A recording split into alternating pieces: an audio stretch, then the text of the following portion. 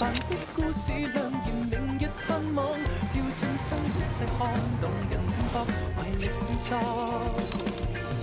人人都可一刻變化閃光，人物交織歲月裏成就一起共創。平凡的故事亮言，明日盼望，跳進生活細看，動人拼搏，為力戰錯。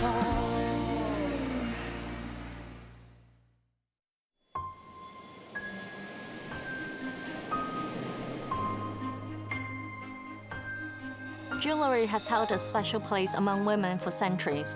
Both appreciating and owning these ornate accessories can be very satisfying. Each piece is an embodiment of creativity, craftsmanship, values, and style. We can also deduce the social status of a person from the type of jewelry they can afford.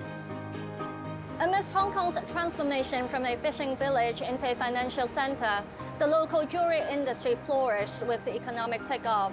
When Chen Kwang Ki Jewelry was established 89 years ago, it occupied only half the space of the building it was in. Since then, it has witnessed many key moments in our city's history.「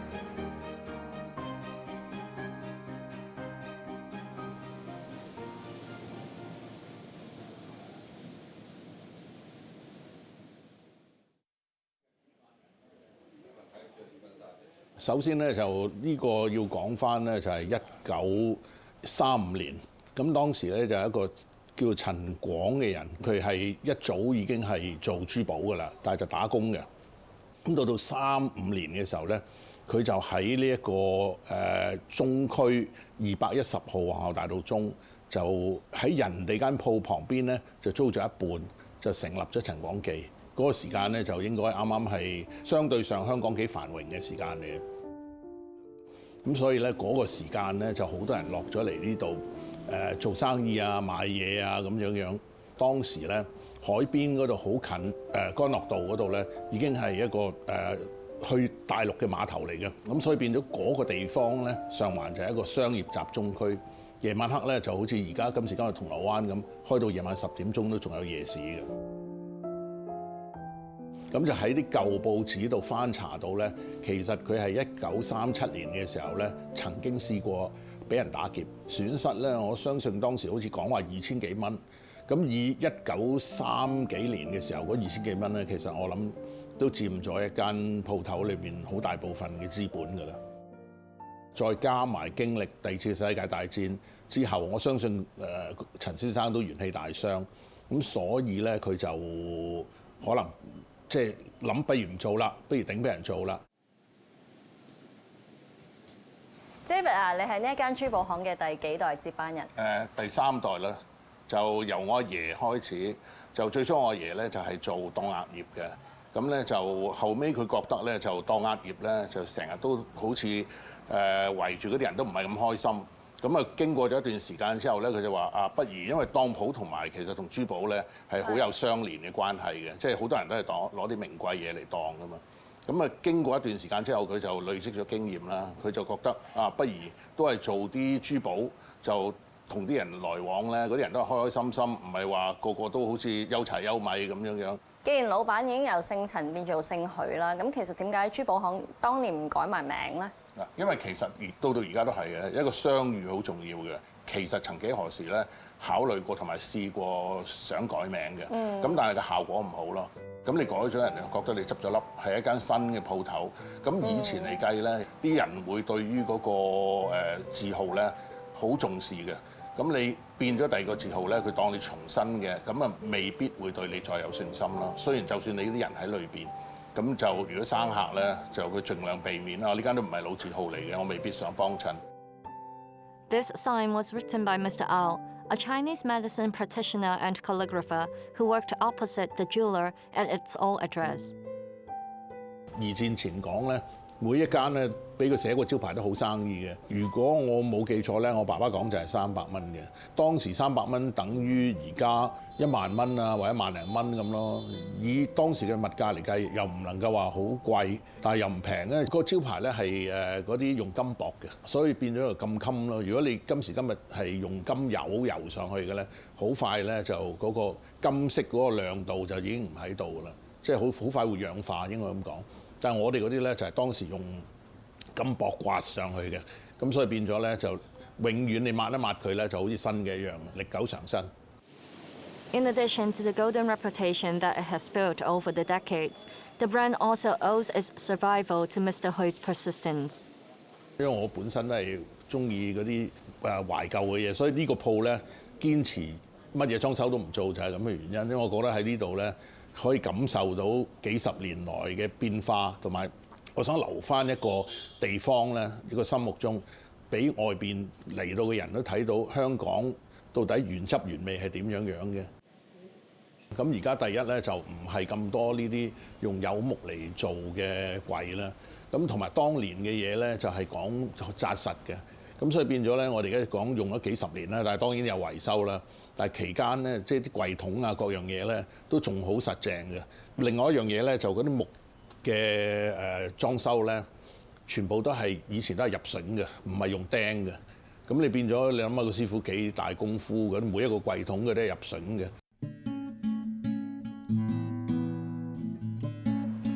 When it comes to hardware, the owner has persevered with sticking to the brand's original value proposition. However, as time marches on, change is inevitable.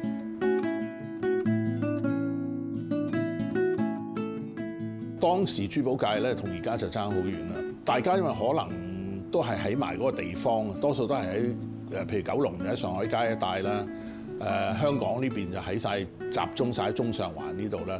咁鋪頭同鋪頭之間咧，大家個聯繫好緊密嘅。咁就譬如嗰啲飲宴啊，甚至乎啲老闆啊，會晏晝3點鐘就一齊約埋去某一個地方附近，譬如假定講有國民酒家啊、江蘇酒家啊嗰啲度食飯，食完飯打麻雀咁樣樣。嗰張相咧係1968年呢度開張啊。商業上邊運作咧，就或者請客呢啲咧，就從來都唔請女人嘅，即係可能講緊係70年代之前嘅事啦。咁你譬如行家擺酒咁，一定係清一色男人嘅，就唔會有除咗自己主家嘅家眷之外咧，就其他嗰啲全部都係只係請男性嘅啫。我有一本簿係當年某一個行家擺酒嘅時候寫低晒所有嗰啲禮品啊，同埋到場嘅嘉賓啊。我點解會買嗰本簿仔咧？就係咁啱我喺摩羅街見到，翻開嚟睇下咧，就有我爺同埋我叔同埋我爸爸嗰個名喺度嘅，就見到當時1950幾年嘅時候做禮咧係公家人情係10蚊，有啲係送套杯碟啊咁樣樣，但係就絕對一個女人都冇嘅，全部都係男士嚟嘅啫。第一間鋪就係打劫嗰個位啦，就係210號皇后大道中。咁而家其實離開我哋目前呢個鋪咧，唔係好遠咧，行去都5分鐘以內嘅路程。即係由而家呢個我哋而家呢個鋪去到上環文娛中心嗰個位咧，應該有成40-50間金鋪嘅。因為呢個位置咧係以前香港島嚟嘅係最旺嘅。咁呢度先至係正式嘅商業區，所以點解會夜晚黑9點10點咧啲鋪頭都仲開住咧？就係呢個原因啦。金器都靚，其實係啊，金器都有佢嘅吸引力。結婚就一定要有呢啲嘢嘅。係嘅，意頭上。係啊，同埋有時着起褂啊，或者着起長衫啊嗰啲襯起上嚟特別好睇。同埋我想問下咧，你哋當初即係經營珠寶行，點解會無啦啦買一堆金飾翻嚟咧？因為咧珠寶其實同金飾相連嘅，最初嘅時候咧係兩行嚟嘅，即係兩個接近嘅行業。咁就尤其是中區咧，多數係金飾鋪嘅。如果戰前嚟計，珠寶係比較少啲，因為珠寶係屬於來佬嘢啦，可以講話。同埋咧，因為有個協同效應啊，費事嗰啲人睇珠寶嘅時候，譬如睇金飾嘅時候，佢去到第二間，譬如人哋都有珠寶賣嘅，咁啊分分鐘個客咪走失咗咯。所以變咗我哋一齊做埋，咁啊變咗咧就肥水就不流別人田啦。就唔驚啲客流失。冇錯啦，就唔驚啲客流失。呢個其中一個原因。呢唔係我 smart，係以前啲人 smart 啫。Jewelry is considered a luxury item. When Hong Kong's economy began to take off in the 1970s, the local purchasing power for this premium product was relatively low. Instead, much of the jewelry's business at the time came from Southeast Asian countries, such as Philippines, Thailand, and Vietnam. 當年咧有一個發展嘅時候咧，係有一個菲律賓華僑就發展嘅。所有人客咧基本上係50年代嘅時候咧，大部分嗰方面嘅華僑都係佢帶嚟嘅。咁從嗰個時候開始到而家咧，做華僑嘅生意咧，做咗50年以上啦。咁即係亦都可以講話，我哋主力都係做嗰個市場，就亦都養活咗我哋幾代人。華僑咧，佢信你咧，佢幾代人都係信你嘅。有啲我哋甚至冇做到第4代、第5代，都係同一個家庭度出嚟。呢個好難得，亦都好感激啦。因為有啲咁嘅人客，如果唔係以今時今日咁嘅環境，好難維持。因為競爭太大，可能以前講緊我哋開鋪嘅時候係講緊有100-200間珠寶行啦，連埋晒。即係而家可能講緊有3000間珠寶行，樓上樓下加埋晒樓上鋪啊，仲未計嗰啲互聯網啊、咩 IG 啊嗰啲咁樣，所以嗰個競爭同埋嗰個經營環境同以前完全唔同。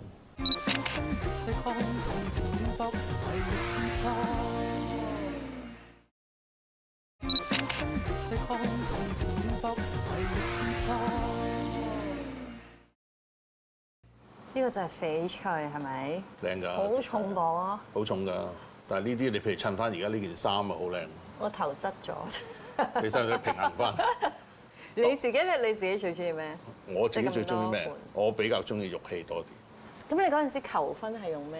求婚啊，梗係鑽石啦，同埋求婚通常都係你求嗰個，你諗定佢要咩，唔係到時佢打翻轉頭咪麻煩咯。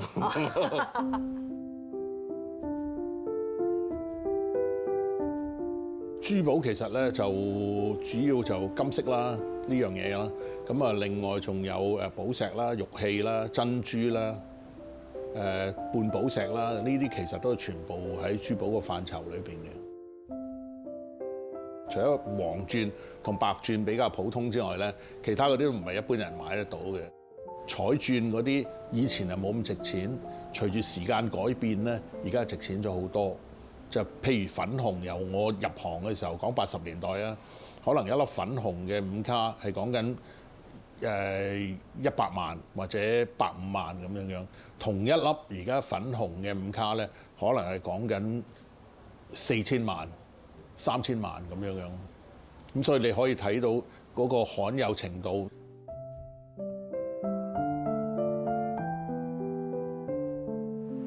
而家我身上戴住嘅呢套珠寶咧，就係呢間珠寶店嘅鎮店之寶之一。老闆話價值接近8位數字㗎。翡翠都好多種顏色㗎，最基本嘅就綠色啦。咁而家比較流行啲嘅咧就有白色啦。一般上都好多人中意嘅紫色啦。咁啊仲有黃色同埋黑色。綠色嘅翡翠始終都係最貴重嚇。咁你其他其實如果你每一個色係質素高嘅，都有佢嘅價值喺度嘅。除咗顏色之外咧，仲要講本身嘅質素，即係例如有幾透明啊，有幾乾淨啊，呢啲都有幾大件啊，呢啲都係決定性嘅。David took over the family business after returning to Hong Kong from his studies abroad. 40 years have flown by since. I'm sure he's no stranger to our city's rich and famous. I wonder if they buy jewelry like the way we shop for groceries. 名人唔講得嘅，人客呢個就比較敏感啲，亦都我哋呢行咧有一個比較緊要啲嘅操守咧，就係絕對唔會泄露人客係邊個嚟買嘢啊，或者攞人客嚟出風頭啊。因為咧，我淨係可以講一樣嘢俾你知，就係有可能咧，就個先生係朝頭早一早嚟買完嘢，個太太夜晚嚟又嚟買嘢，但係先生就唔係買俾太太嘅。咁如果你講呢樣嘢，俾即係泄露邊個出嚟咧，對於我哋嚟講咧，就係即係好唔啱嘅一件事嚟嘅。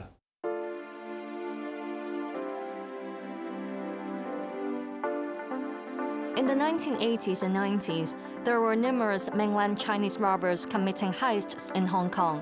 They were often inspired by actual crimes, and jewelry and watch shops were frequent targets of these robberies. 91年到94年呢幾年咧，真係早午晚3餐咧都打劫3間珠寶行，好平常嘅。尤其是係92年到嗰啲時間啦，即係物華街，即係葉繼歡打劫嘅時候啦。嗰個時候我哋都托賴冇出過事。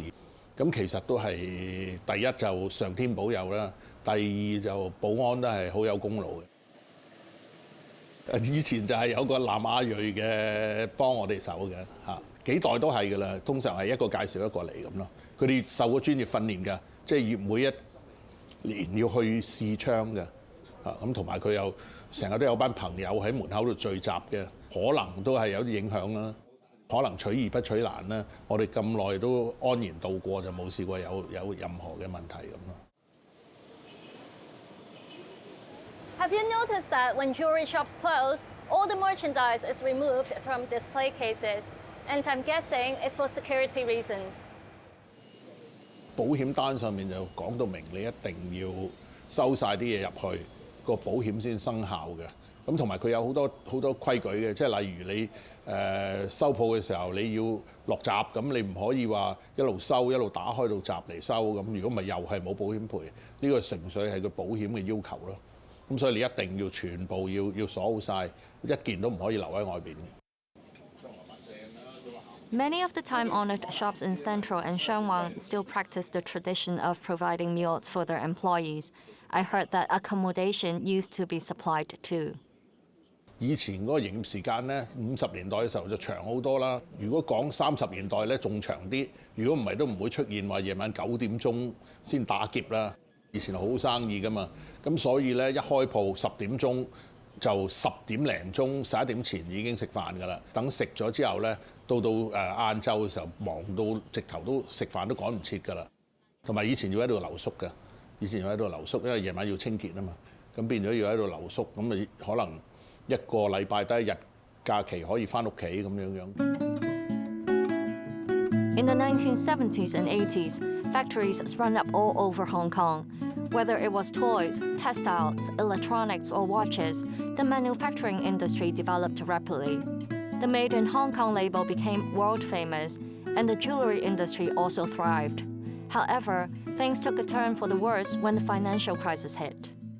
我哋不嬲都有工場嘅，但係當然個工場由幾十人、幾層樓就縮埋，而家得返幾個人，3幾百尺嘅地方咁樣樣咯。因為好似時代進步，一切已經用機械化代替。第二咧就好多時咧啲嘢都已經移咗去國內度做，咁所以我哋基本上我哋啲古老鋪頭咧就維持返有幾個工人喺度，就做下啲一般啊同埋修改啊嗰類咁樣樣咯。呢位咧就歐師傅，就係我哋而家咧就現存之中咧就最資深嘅師傅啦。咁佢咧就喺我哋工場度一路學師到而家，就係講緊都有冇50年啦？有50年㗎啦。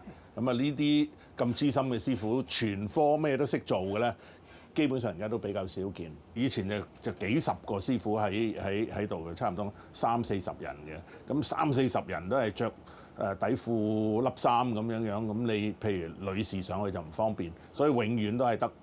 基本上工場咧就係女人嘅禁地。佢嗰陣時點講啊？我哋係喺工場嗰度嘅，佢咧就喺鋪頭嘅。鋪頭佢就唔係好似成日上嚟㗎啦，就係即係我哋嗰個老師傅咧，即係交收啊咁樣，就落佢我哋起咗貨就交落鋪頭。咁最初嘅時候咧，如果我老豆嗰年代咧，呢啲就有食啊無工嘅。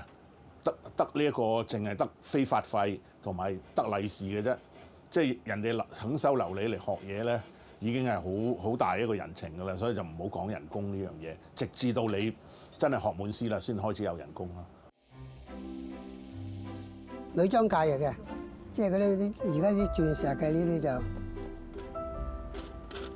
砌個相咁上下俾，即係咁樣。即係戒指比啊咁嘅，一隻戒指啫，差唔多咧就係3行嘅，即係咁闊嘅咧就佢收窄㗎嘛佢，即係而家咁樣差唔多就係，即係唔係咁闊㗎，咁闊就梗係咁鬼粗魯，即係一路收窄落去嘅，佢即係咁樣。呢啲就唔使圖樣，但係最緊要咧就係試正。呢塊咧我哋叫線板，咁係一個窿。裏邊咧係呢粒係鑽石鋼嚟嘅，即係比較硬嘅嘢。咁咧佢哋就可以將你需要嘅金屬線啦，由粗變到幼。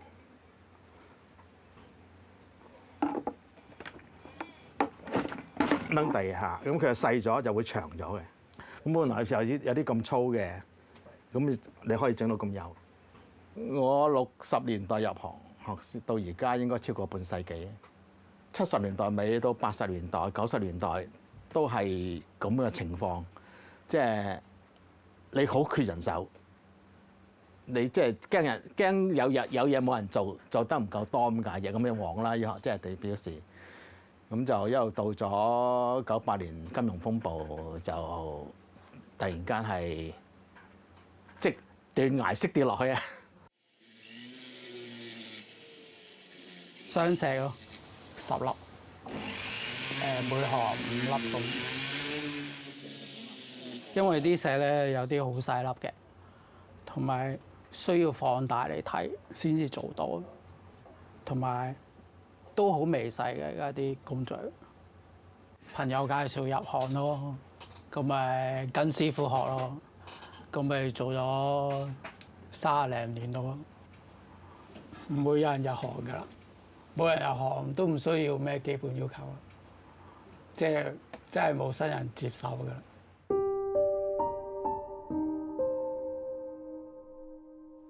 轉移咗啦，叫個製作基地，即係轉移咗去中國大陸裏邊。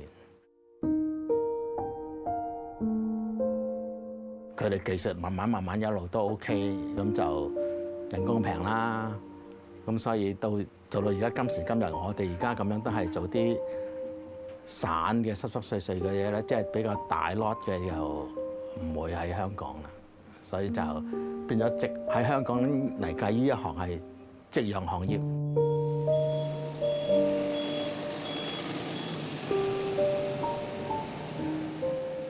女人咧對於鑽石同埋首飾係天性有一個中意喺，即係你生出嚟就有嘅呢樣嘢，即係一定唔會唔中意珠寶嘅。咁所以珠寶呢樣嘢咧，只要有人就一定會識味嘅。但係鋪頭因為個別原因啦、經營困難啊，或者點樣，以閉店嚟講咧，就未必可以長久堅持落去。因為你亦都要考慮接班人嘅問題啊，亦都要考慮財政嘅問題啊。咁但係調翻轉頭嚟講，如果以整個行業嚟講咧，個前途係完全冇問題嘅，只會越嚟越好嘅啫。